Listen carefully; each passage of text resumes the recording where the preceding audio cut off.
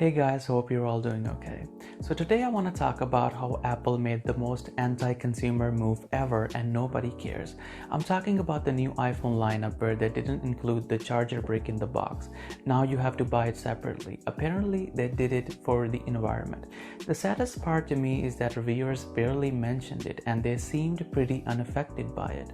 The argument is, oh, it's Apple being Apple, plus everyone has a brick already, so it's not a big deal. The charger is cheaper than ever, so no big deal. Now, there are several reports that they are moving to a portless iPhone, no ports or holes. We did it, we're the pioneers of the technology. The future is here.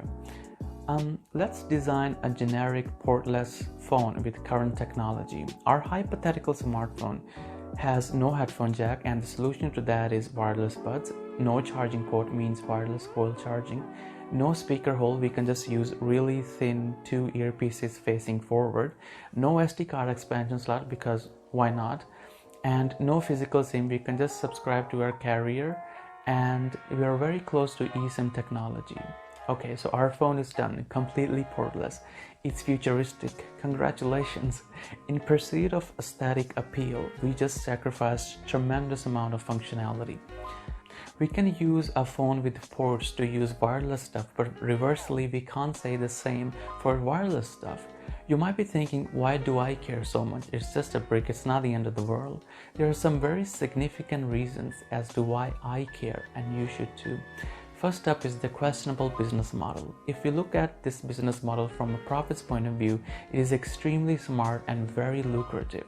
Accessorizing everything and more subscription service so we can integrate ourselves in the company is a pretty good strategy to build up company's loyalty.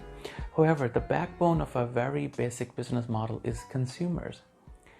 If you make your product for your consumers, you take feedback and try to put it into maximum practicality in the next iteration of the product.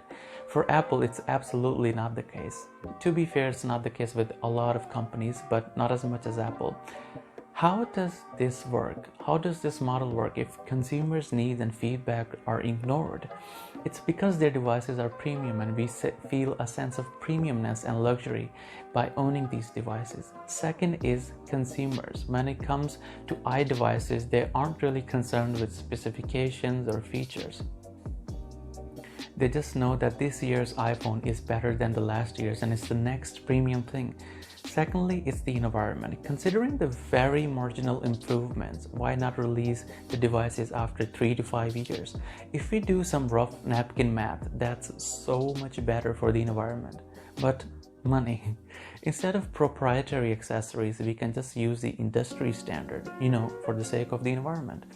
Suffice it to say, there are a lot of actual ways instead of pretentious ones to care about the environment. Third one is the most important one, setting the landscape of the industry. The thing is, Android manufacturers, with a very extremely few exceptions, are at a massive disconnect with what customers want.